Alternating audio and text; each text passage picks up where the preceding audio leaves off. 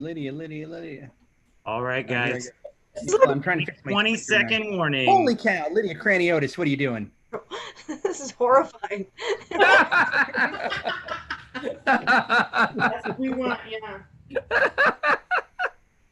Lydia, to clarify, are you okay with being on YouTube? Because we're streaming live. Yeah. All right, guys. Yeah, We are about to start here in 5 seconds.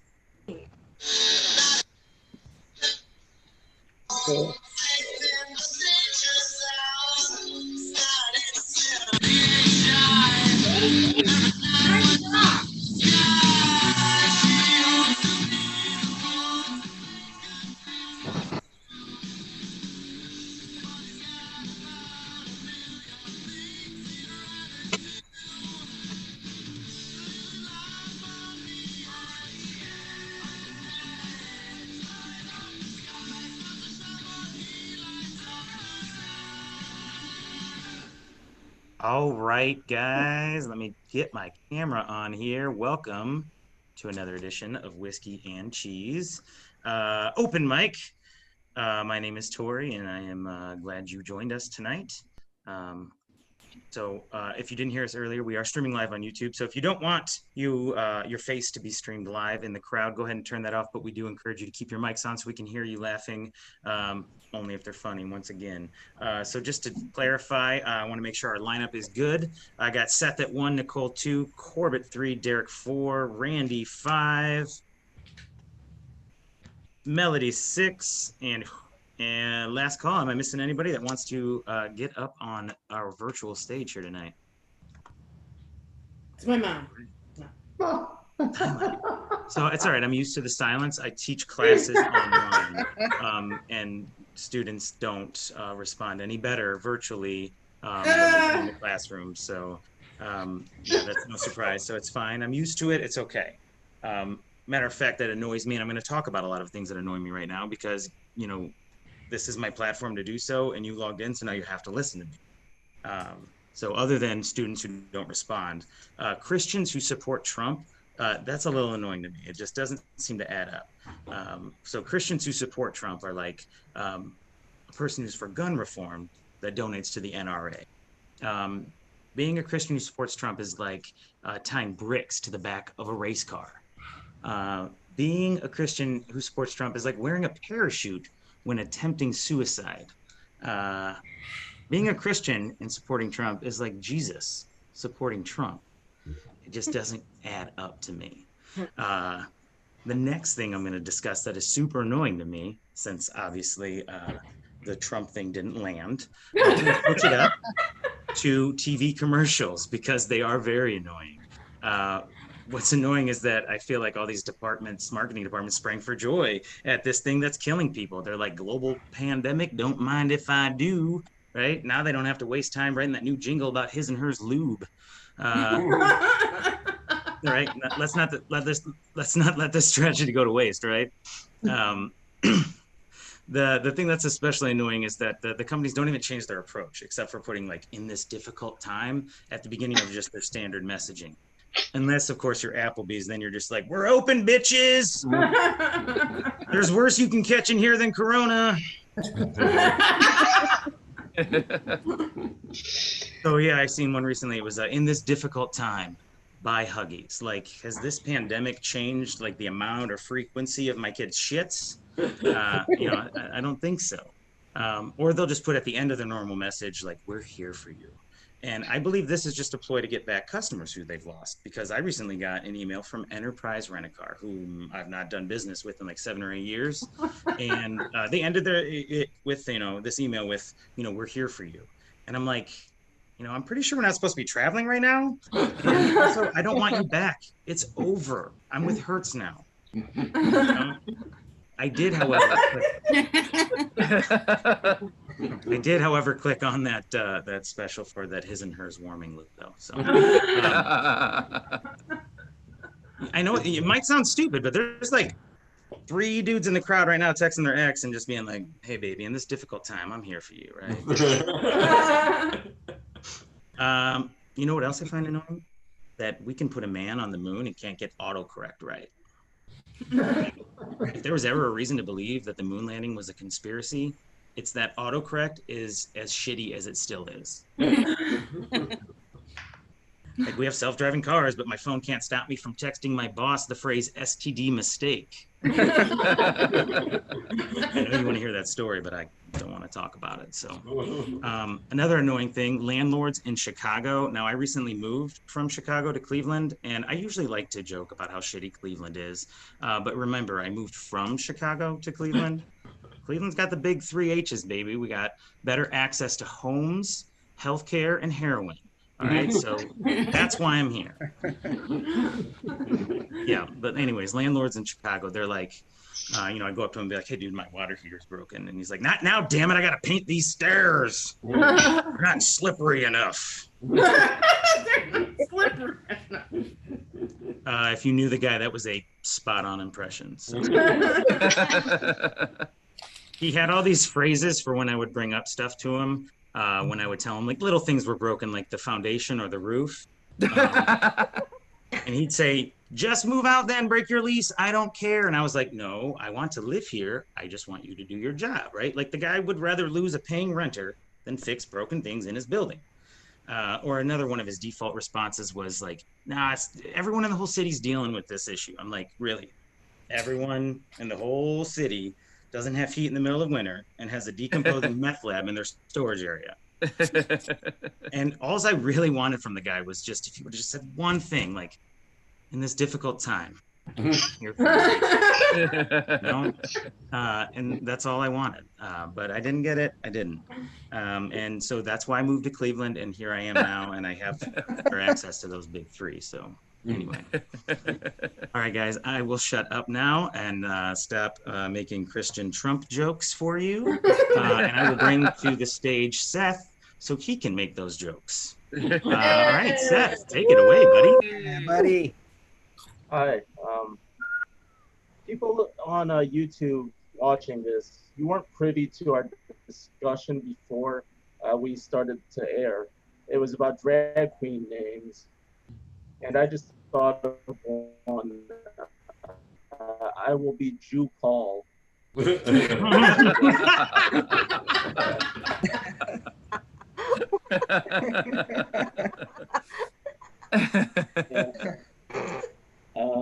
God damn it. I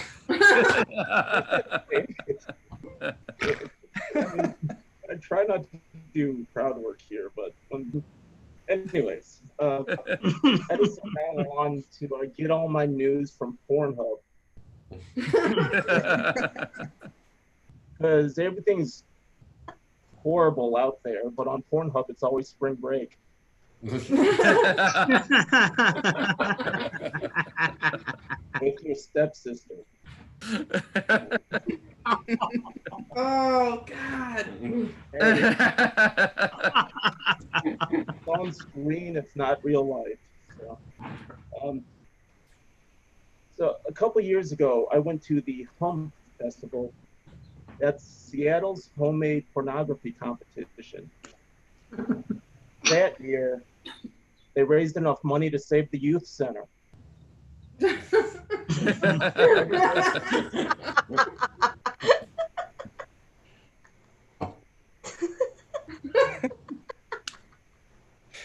What I'm going to do with all the money that I'm making from this show is I'm going to open up a trophy shop across the street from another trophy shop. Now, my first day open, I'm going to go across the street and give them a trophy that's a second best trophy shop.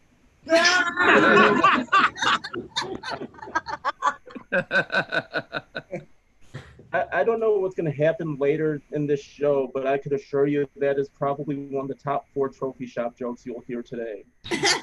Whoa. I think it's the second most used premise after relationships. So, I'm just mining. So I requested to go first. I needed to get my trophy shop. All right, this keeps on going, doesn't it?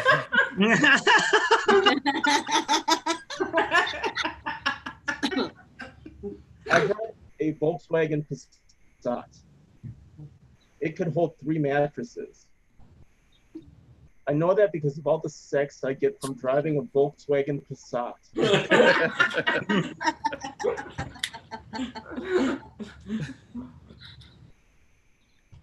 So I was hanging out with my best friend, who's a great guy. And the thing is, I live down in Long Beach, which, according to the name, it's by a beach that happens to be very long. But he lives up in LA. And I asked him, hey, why don't you come down? You know, we could socially distance, be safe, and just hang out on the beach. And he says, I hate the beach. I was like, how could anybody hate the beach? He's like, oh, you just sit there, don't do anything. He doesn't properly utilize the beach. He thinks it's just for lying down, getting some rays, maybe do some activities. What I do for the beach is I refresh my masturbation Rolodex. That response is adequate for all that words.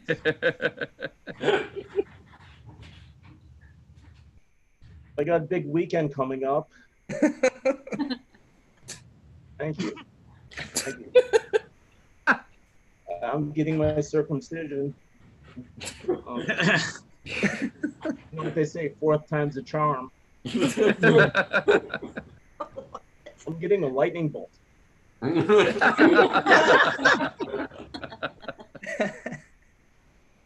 Some jokes you have to use your imagination.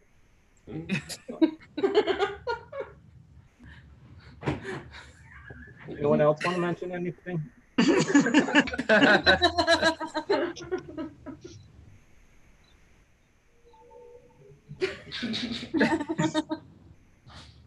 Like, you could take me off right now. I've wasted enough. That was here, everybody. Oh man, I just hope that circumcision doesn't interfere with your drag name, man. All right, coming up next to the stage is a lady who just had a very big birthday, but it's over now, so we don't have to stop being nice to her. All right, everybody, welcome Nicole Rasa to the stage. Hi, everybody. Wait, no, Ben turned it to where I just see myself, which is actually preferable, but I suppose I want to see you guys too. Okay, I can see myself and you. That'll do. I just turned 40 yesterday, which I woke up and it like blows my mind that like I made it this far because my math teacher, Mr. Kiger, said I would be in dead or in jail by now. And I have done neither. I've never even gotten arrested. I've gotten some pretty serious tickets though. We'll take your license away. I've done a lot in my 40 years. A lot of people don't know this, and this is like some serious talk, and my parents, they know. But I was homeless for like 2 years when I was a kid in Seattle. I wasn't really a kid. I was like an adult woman that was irresponsible. And people would be like, why are you homeless? Were you like addicted to drugs? I'd be like, no, I'm not addicted to work. I am like chronically unhireable. Like I will go into a job situation and I'm just like never prepared. So I started looking up the last time I was looking for a job because I've sadly lost my job as a teacher. Darn. I'm a germaphobe. I don't want to be anywhere near those kids anyway. So I lost my job as a teacher and I started looking up like how I can present myself in a way that is like where I'll get the job. And one of the things they said, they were like, if you're kind of a bigger lady, you have to dress up more. So my last job interview that I had, I wore pantaloons and epaulets. And I kind of did like a Henry the 16th Sun King thing. And so they knew that like if I can, you know, run France, I can probably run a McDonald's. But I'm fronting because I can't run a fucking McDonald's. And anyone who's ever worked at a fast food restaurant knows that their manager does all the work. All of it. Like you'll be like, peace, I got minimum wage. I'm going the fuck home. And your manager has to stay and clean the fryers. Your manager's got to clean the ice cream machine, which I guess I see on TikTok that the managers are never cleaning the ice cream machine. You're like, I don't know, is it mint chocolate chip season? And they're like, no, it's August, but it's green, so enjoy. It's a McFuck you. And it comes with a special spoon, and there's still Sprinkies. What else I want to talk to you about? I've been trying to apply for unemployment, and it like has thrust me into a horrible depression. Like every time I just log onto the unemployment site, like it's veiled, but they're really just being like, you are worthless. You cannot be hired for any jobs that you are applying for. Like, and I have to go to Ohio Means Jobs. Like, part of the deal is you go to ohiomeansjobs.com, and everyone's nodding because nobody's got a job. You go to Ohio Means Jobs, and the other day I got a job, and it was like, we found the perfect opportunity for you, and it was midnight shift sanitation worker at a butcher plant, like at a meatpacking plant, which like, no disrespect to the person that takes that job, but it only paid $7 an hour. And like, you think like, I don't think that you should trust me with like knives that could butcher livestock if you're not going to pay me very much and you're going to keep me up all night. Like, I'm unstable. It says comedian on my resume. Trying to think of other things. Ben and I have been eating better since we have been in lockdown because we can't go out to eat, and it's been really cool. One of the things that I learned from his brother, Ben's brother, was the idea of clean eating. Right? You guys know about clean eating? Like his brother goes, oh, I eat clean all week, and then during the weekend I eat whatever I want. So he came over last Saturday, and I just gave him a bunch of filthy ice and some stuff I found in the garbage. I didn't know that he meant he didn't eat regular rice anymore and that he only ate cauliflower. I was confused. More food stuff. I'm getting so sick of cooking. And I love cooking. And every morning I wake up, and it's just like, my full-time job now is just like providing food, which I'm like, no wonder these fucking housewives from the 50s were so pissed off. We stopped eating lunch, and I was like, fuck, I have to start prepping dinner. So we're having deviled eggs. I did. And speaking of this, I'm gonna end it on this. Because it's gonna be our like last meal of the day. I think a lot of people like to, like, for a fun conversation, they go, well, what would your last meal be? And I always have the same answer, and that is whatever gives me terrible diarrhea. I'm dead. You guys fucking deal with it. I'll end with a poop joke, you guys. Thank you so much. Yeah. Oh, thank you so much, Nicole. We are so grateful to have you here at the ripe young age of 40. And you stop saying it out loud, or my publicist is gonna find out. Yes, I forgot. I forgot you sent that email.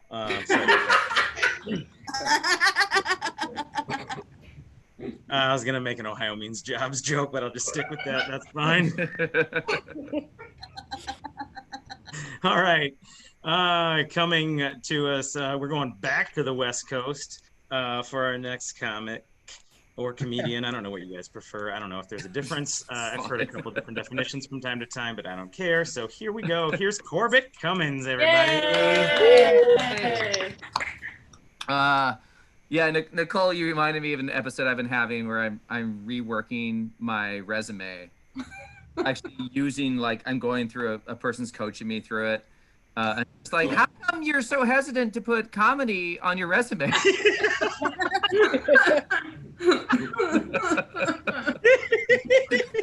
so true. She's so sweet. sweet. So no, put it on. It's good. I'm like, I don't think it shines nicely on me.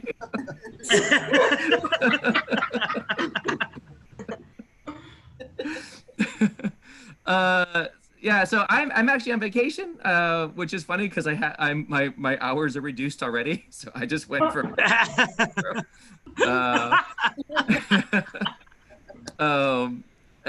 so I did it specifically to have time to write, and I really wish I'd done that. So especially with so many great people here. So what I've been focusing, the reason I haven't anything is I've been focusing on this weird fight I had on Facebook, which is, is 2011, but it's this one got to me. And before I go any further, like most of you know this because I've mentioned it, like I grew up in the Park Service. I am a staunch environmentalist. I've actually witnessed I've been there for releases when they release animals into the wild. It can be a magical moment, especially like raptors and stuff. It's beautiful. But they're reintroducing bison into Badlands National Park. It's been over 100 years since I've been there. It is a wonderful thing. It is a wonderful, wonderful thing. But they posted a video of it, and then this one lady posted like, "Oh my God, so majestic! You can almost hear them say thank you as they go." I'm like, no, just that thing in the back of your head. No, that's not what's happening at all. Like, first of all, if you see the video, if you have a chance, look it up. It's a very short video. They are releasing them with all the grace of somebody throwing out an old leather couch at the city dump. If I were to describe this video in onomatopoeia, it would be and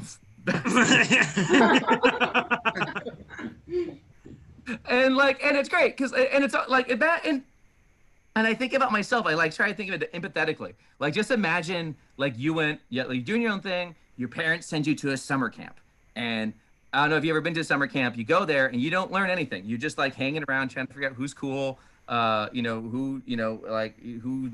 gonna pretend that they have drugs that they'll give you because you're young and summer camp. So imagine the middle of that. They're like, "Oh, hope you learned this because if you didn't, you're gonna fucking die." That's what those release things are, and you can see on these bison faces. They're like, "What? What? Like, bitch, you said I had another week. You said I had another week. The rent is paid. The rent is paid. I will call a fucking lawyer right now. What the fuck is going on here?" Like, I feel so bad for them. And that's like, and bison do know, like they bison got to run. They do. They like it's built in their system, but they don't know that. Like, I mean. But if you ever seen a bison not running, it's horrible. Like if you ever seen a bison at like one of those like roadside zoos, it's horrible. Like I saw one in Montana once, and it like I don't know what it does. Like I don't know the science behind it, but I saw it on a family trip, and then 25 years later, I'm filing for divorce. So that's what it does. That is the math on that. So they got to run, but they don't know that. Like they don't know that. Like they don't know that they need. We don't know that we need to exercise. Like we don't know. Like they were just getting fed, and now they're being thrown. Oh, by the way, they throw them out. They throw them out in the middle of the winter. It's snow out there. It's not even fucking pleasant. They're like, good luck finding grass and all this frostbite, you fucking assholes. Anyway. So I try to. So that's not what I said in the post.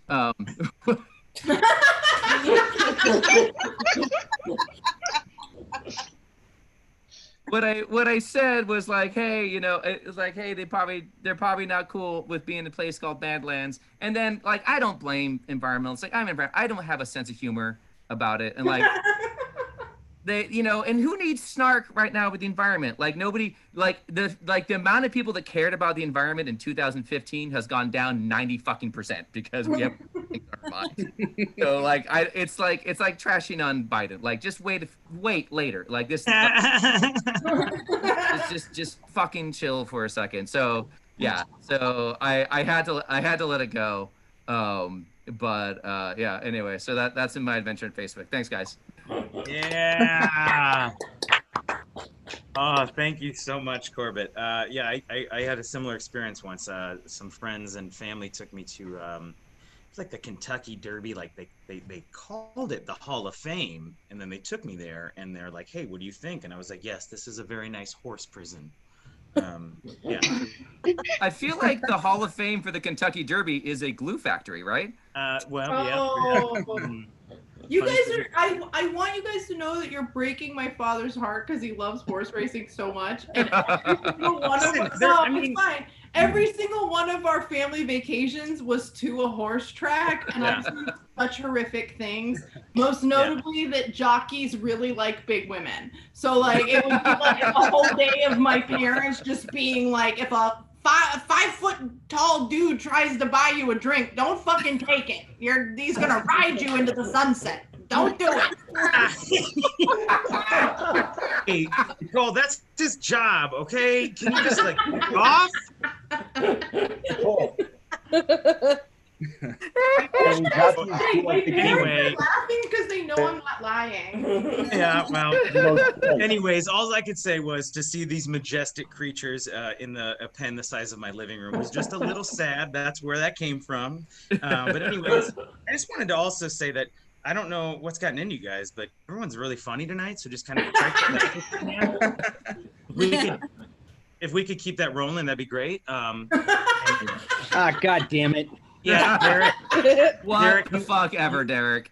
Derek is next, and I'm going to introduce you with all the information I have on you. So Derek is a person that Seth wanted to keep a secret from Nicole for being here tonight. Derek is a person who has glasses and a beard, and here he is, guys. Hey, by the way, little guys do like taller, bigger women. I don't know if maybe it's me. I like to be like a little spider monkey, just climbing a banyan tree. That's what I am. Just a little monkey. So this is what comedy became. Future, just entertaining each other for no money, and I think it's safer. I think it's way safer. Way safer for everybody. This is nice. I like the distance we're at. It's so awesome. Your parents, this is great. Denise and Larry are here, and Larry is suddenly morphed into an animal, and I didn't know that power. He's gone. He's done. I don't like this. I'm a cat and I'm out. And it's been a weird time. I've had a lot of time to reflect while I've been home. I've had a lot of time to think. And I'm 50, so you don't ever do it. Don't get this old. Stop. Park your car on the train tracks and just all down. Everything after 50 is before up to 50. You're like, I don't know, man. I feel good. I'm gonna live forever. You know what? Life's short. Play hard. And then you get to 50, and you're like, I can't bend over to pick up that pen. Buy a new pen. Just spend all day going, well, that's the new paint I can catalog. That's all I do. It's all downhill. I just want to, oh God, 50. I just want to, someone push me into a turbine engine. But I have been really doing some internalizing about what kind of person I am, especially now that I'm 50. I have not, like people that know me, Seth and Nicole and Corbett, people that know me know I haven't necessarily had a normal upbringing. I had an interesting life. And now I'm starting to realize that I missed out at 50 on all the normal life experiences that all my friends have had. And at this point, I don't have anything to share other than just horror all the time. My friends, they just tell me fun stuff like, yeah, I got roadhead. And I'm like, I don't even know what that is. I have no idea. I missed all of these life experiences. I took a turn, but I had other life experiences that filled in for those ones. Like I have friends. I'm talking to friends from high school, and they were telling me about all the experimentation they did in college, and I was like, I missed all of that. I never dropped acid. I was never in a threesome with two people I knew, let alone never been invited to a threesome. That's super cocky, and so it's or a lot of cocks. I've never done that. I've never even expected to do it. That wasn't even in my frame of reference. But when I was 19, I dated an exchange student who didn't speak my language, and I didn't speak their language. And then one night she showed me how to hotwire a car, and then we drove that car to Eugene, and then we lived in that car for a week. But I've never been in a threesome. Like I've never done. Like I've never had sex. But at 17, I lived rent-free in an apartment. My roommate was a level 3 sex offender, and whose mom told me that if I kept an eye on him, I could stay there for free. So, but I've never had like a normal. I wish I had. I wish I'd had things in my butt or have put things in a butt. I've done no all butt stuff. But I've seen 4 dead bodies. But I've ne'er any butt stuff. Had a strange life. So now I take care of a 94-year-old man who literally on his 80th birthday, literally told me, if I knew at 70 what I know now, I would have killed myself at 70. Oh no! And I said, why would you say that? That is a horrible thing to say. And he said, because I don't wake up anymore, Derek. I come to. That's what he said. He starts every day in fear, like, fuck, hands. Okay. All right, we're back. Okay, we're doing this again. That's how he starts every day. And now I take care of him, and he's a 94-year-old man. He has no progressive experience. So I think he stopped growing intellectually, philosophically, politically around probably 50. And so he's progressive for 50 in 1970. But and as such, he's also like old school patriarch. So he doesn't talk about his feelings. He can't say he's sorry. He can't say I love you. He can't emote because those are all vulnerabilities and weaknesses. And that's just how men were raised, these stifled, violent creatures who weren't allowed to emote. And so they just punched. And so my grandfather is now at this place where he can't tell me how he feels, but he does have a tiny dog that he carries with him. And that dog's name is Shadow. And Shadow now just is anthropomorphizing all of his feelings for him.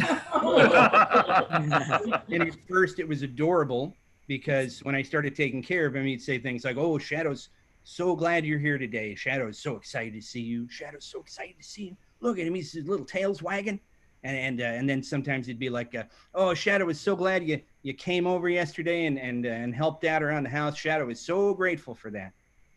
And after a year of this now, it's Shadow's pretty sorry that he didn't follow through on his promise to send you to chef school after you. Shadow's got a lot of regrets, actually. Most of Shadow's friends are dead. No war buddies to talk to and share experience, and taking fire in a foxhole in the south of France. Nobody to talk to about Shadow. Shadow had a real hard time sleeping the other night, and Shadow had to take all of Shadow's clothes off and then lay prostrate on the leather couch just so the coolness of my skin would calm Shadow's nerves.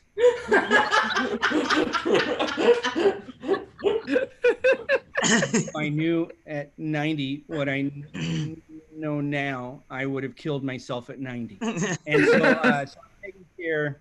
It's very strange. I'm taking care of him because my mom passed away, and that was a big deal. Because she was my friend, she's my buddy. We're survivors, and so to remember her, to take her memory with me, is very painful. And so I decided I would transfer that pain into something physical. My mom never wanted me to get a tattoo. She was very adamant. Please don't ruin your body. I put in 19 hours of non-prescription, no drugs, just pure pain. 19 hours to push you out of my body. I do not want you to ruin that thing that I made. And I said, okay. And then 2 weeks after she died, I was like, I'm getting a fucking tattoo. I rushed out, having done very little research, and I got my mom's name on my arm. I got her whole name. I got her first and her middle name, not her last name, because that denotes ownership. And nobody fucking owned her. She was her own person. So I got her first and her middle name, and her birth and her death date on my left arm. And then about a month after I got that tattoo, and I carried it around, and I started to feel human again, I discovered, oh shit, I got that tattoo on the arm I used to masturbate with. So that's all. Left hand dominant. That's the problem I ran into. And if you're like, well, why don't you switch hands? Well, because I have a light tremor in the right hand, and that just feels like a stranger who doesn't really want to be there. But thanks for having me on your guys. Everybody. Oh, thank you so much, Derek. Corbett brought up resumes earlier, and while you were going there, I brought up your LinkedIn, and dude, you have a lot of experiences to update on your resume, man. I just want to let you know. There's a lot of stuff missing. I'm just saying, there's a lot of stuff missing. You shared a lot, and none of it's on there. All I could say is I didn't have a lot of jobs, but my dad was in the mob. So I don't have. Oh, that makes sense. Yeah. All right. This is my LinkedIn picture, by the way. Perfect. Is that an ornament or a button? What is that? Oh yeah, no, those are Elks pins, because this is the only professional. Oh my God, you look like your day job is busting down windmills.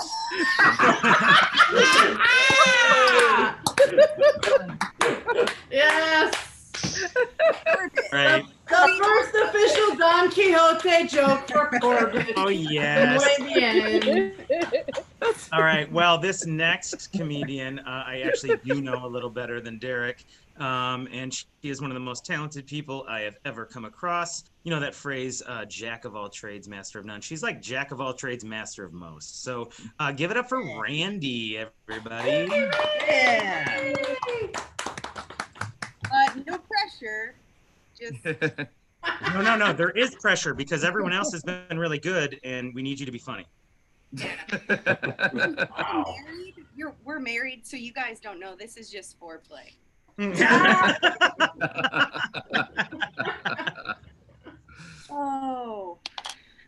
So I'm actually here. I'd like to be a singing telegram for Miss Nicole. I'd like to improvise a birthday telegram for her.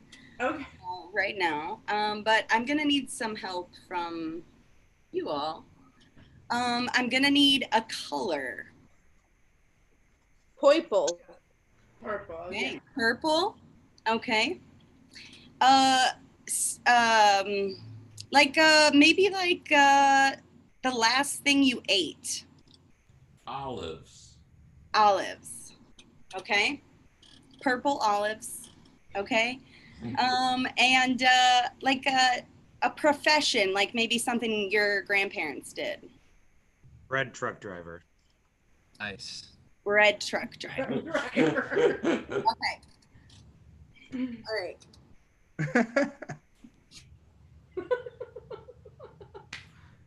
Happy birthday, Nicole. I'm sorry I am late. You wouldn't believe this story. Oh, it's right out of Hell's Gate. I was driving along in my little red car and wouldn't believe my eyes. There was a bread truck in the middle and some olives were spilling out. I said, no, a nightmare. No, this is the only job I have. I can't keep a job. I'm really, really terrible at them.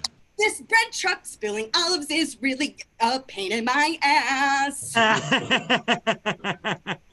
So I hurried up and I ran to the front and I saw a purple man inside. I said, what is happening? Is this X-Files? I can't believe my eyes. He said, nope, I'm just a weird purple person and that is fine. He couldn't clear the road, so I ran here and now I'm here. And I just want to say happy birthday. Please don't tell my boss I was late. I really need this job. A meal in 3 whole days. Anyways, enough about me. Again, back to you. I've heard you're super duper and this year will be no pooper.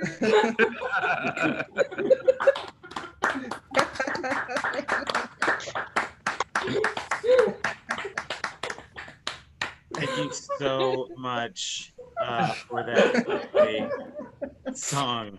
Man, I tell you it's what. unfortunate because it's like this year probably will be a pooper. Yeah, I was gonna say like spoiler alert, but you know I didn't want to ruin it. So, but 2020 is a real thing. So, anyways, we're just gonna move on. That was yet another skill, by the way, that I found out that you have, Randy, improv singing. So that's fantastic. Corbett, what were you gonna say? I was just say, what, Nicole? What about this open mic has made you not feel good about getting older? She came into this so pleased. I was so excited to find. What are you? What are you? What are y'all? See, I want to say this, and I know we got Melody coming up, and I shouldn't be stealing her time, but I did just turn 40, so this is my second time to talk about it. Y'all don't understand. I look exactly the same as I did when I was 4. Like, I don't look any different. My face is exactly the same. I'm like a fucking vampire. And I thought like 40 was gonna be it. I was gonna walk into like my office at work at the Funny Times, and all the old ladies that work there would be like, she's finally one of us. She finally has the wisdom of 40. But no, I was like, it's picture day and I lost my tooth. You think it is cool to have this beautiful, beautiful skin and these tight, tight cheekbones, but it's not. It's not easy to look like a child when you're fucking middle-aged. It's hard. It's hard. People look at me and they're like, oh, did you want candy? And I'm like, well, yeah, I do want some fucking candy, but I would like you also to pay me a salary. Please. Nicole, I just have one question. Did you have that hat on when you went in? Or is that it could have played a role? I'm just saying it could have played a role. I see your point, and that's why he knows all the corporate buzzwords, and I don't know shit. All right, so about this next person that's coming up, I know she has cats that are amazing at yowling. And other than that, I know she lives, I believe, in Austin, Texas. If that's wrong, I apologize. But anyways, here is a very funny person, Melody. Thanks, guys. And I can 100% relate to that, Nicole, because yeah, I'm like almost 36. Actually, yesterday I was having a discussion with my friend and I had to pull up my calculator because I actually did not know how old I was going to be. And yeah, last time that happened, the person I was talking to asked me if I was having a stroke, but I was like, no, I mean, yeah, I look like I could probably pass for like 20, maybe younger. And it can be a problem because people don't take me seriously. I mean, it also doesn't help that like yesterday or a couple days ago, I went to the thrift store looking for some kind of adult item. I can't remember what it was, and wound up like with a new friend base.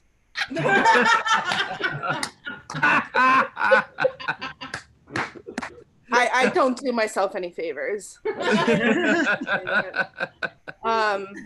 but I couldn't help myself. They're just so fucking cute. So, another adult thing that I know how to do is eat, like healthily. I'm like, oh well, I ate like an entire pizza over the course of like 4 meals, so I'm just gonna eat like all chopped vegetables for dinner tonight, and then dip them in sour cream. Yeah. I will tell you what, all of those vegetables and all of that cream give me massive fucking diarrhea. And I'm laying on my couch and I'm just like in like a fucking coma from all of that dairy and fiber, and I'm just like, my body's like, you got to process this. Like, I'm going to take up all of your energy and you're just going to pass out. And then all of a sudden my stomach just started hurting really bad. But then I started smelling something like burning. And then of course I thought, well, now I'm definitely having a stroke. So it's like, whatever, never mind. So I went to the bathroom and I still smell burning. Like, okay, this is weird. I stuck my head out the window, thought, it's a nice night.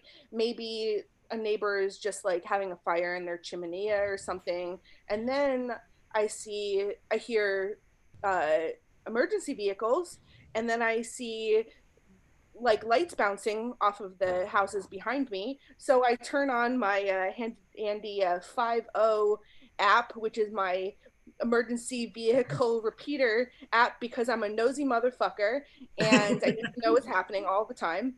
I will say though, I started using that application when I lived in Strawberry Mansion in Philadelphia, which is a really scary neighborhood. And like, if you hear a shot fired, you kind of like want to know if it's okay to walk outside your house. Anyway, so I turn on my 5.0 repeater as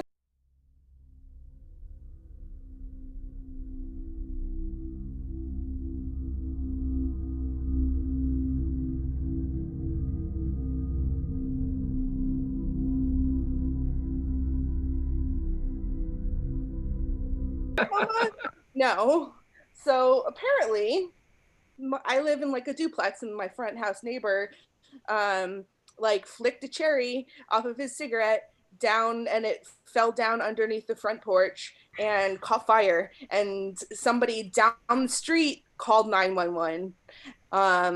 So I learned about my house being on fire while I was shitting on a radio application. That was cool. And then yesterday I went and I was sitting, I bummed a cigarette from him, and I was sitting by the porch, and I looked down. I was like, ooh, it smells like ashy and nice down there. And I looked down there, and there was a little mini figurine that I thought was like from like a unpainted Dungeons and Dragons character or something. But I stuck my hand down and I pulled it out, and it was a motherfucking caveman. I am not kidding you. This little caveman toy, I am 100% convinced, started that fucking fire. So that happened. So today I was driving home from getting some plants from the nursery, and again, actually, this is another like weird ambulance firefighter thing. I'm pulling out of the nursery, and all of a sudden I see a fire truck coming down the road, like blasting through, and then they stop, and like just a little bit past where I'm going, and I'm like, all right, whatever, like I'm sure they're just like stopping at the light to go. No, I get it up to the intersection, and there is a minivan completely overturned in the middle of the intersection. Like, how does that even happen? Like, are we in Grand Theft Auto or something? Like, racing down Shoal Creek Boulevard, which is, I know it means absolutely nothing to anybody, but fucking Shoal Creek Boulevard, which is like a residential neighborhood with like rich people, like just driving your minivan like you stole something, trying to get to the grocery store, and you just flip over? Like, how do you flip a minivan? And it didn't even hit anything else. Like, there were no other cars in the collision. There was a pest control truck that had like spilled a bunch of stuff, but it didn't even look like it was hit. Very weird. I don't even know. I don't know. It was weird. So then I decided to like listen to the 5-0 radio again, because I don't give myself panic attacks enough, and heard that there was like 10 minutes later on the radio thing, somebody responding to another flipped fucking car on the highway. And then 2 seconds later, people the EMT responding to cardiac arrest down the road for me. And I'm just like, you know what? Just fuck off, everybody. Just go away. Done. I'm not doing this anymore. So has anybody watched that movie, Seth Rogen, American Pickle? No, it's on HBO. It kind of looked like the cover of it and the synopsis and everything. I was just like, meh, like, I don't know, how funny could it be, or how good could it be, or how anything could it be, and whatever. I just like put it on, and then I was like, oh, Seth Rogen's fucking cute. And second, I laughed, I cried, I had a fucking come to Moses moment, and now I'm telling everybody to watch it because it was so good. Like, and like the idea of a pickle took on so many meanings, and like literal and figurative meanings. It was just so good. Highly recommend American Pickle. At first I just thought it was because he got pickled at the very beginning of it, but it was way more than that. So, and then lastly, my new favorite pastime, which you guys are the first people I'm telling you about this, because I'm kind of like a negative Nelly sometimes. I mean, I am Jewish, and kvetching is like a pastime for my people. And but people in like Austin, Texas, unless they're Jewish, they just like don't fucking get it and just think that I'm being annoying and a complainer, which I am, but you know, it's more than that. It's like my culture, you know, and you gotta take it with a grain of salt, you know. So my favorite pastime now is looking at like Instagram posts, and like, I guess really Instagram, because that's the only social media I use, of people posting like super positive stuff from like right before COVID hit. Like, like I saw this really awesome piece of art that I stumbled upon on like my brother-in-law's friend's page that said it was like this gorgeous thing, and it was like, it can only get better. And like, and just like 2020 is gonna be my year, fuck 2019, and just, like stuff like that. And I'm just like, and I start singing was it Rod Stewart or whoever it is? Yeah, I wish that I knew what I knew now. Something, whatever. It's wonderful, and I love like kind of I don't know. It's just like ironic and weird and like funny to say like, haha, you thought it was going to be great, but actually it has been good for me because I actually really like being alone, and I don't really like people that much. And I just want to share one more thing before I hop off. I found this really awesome shirt at the thrift store yesterday, and I feel like my thrifting abilities are coming back. So it says Gulf Coast. Oh, nice. And then on good. the back, Get it, sit down, shut up. Hold on. Oh yes, Melody, thank you so much for sharing that thrift store find. So I used to listen to a Police Scanner with my grandma, and that story made me realize how much I want to get another one. Thank you so much. Also, I think you have a future in film reviews. I think you need to specialize just in that melody. That was fucking phenomenal. Thank you everybody for joining us tonight. Let's give one more big round of applause to our comics. Yeah. And I don't know whether they call them comics or comedians. I'm sure there's a politically correct thing to do there, but I don't care enough to look it up.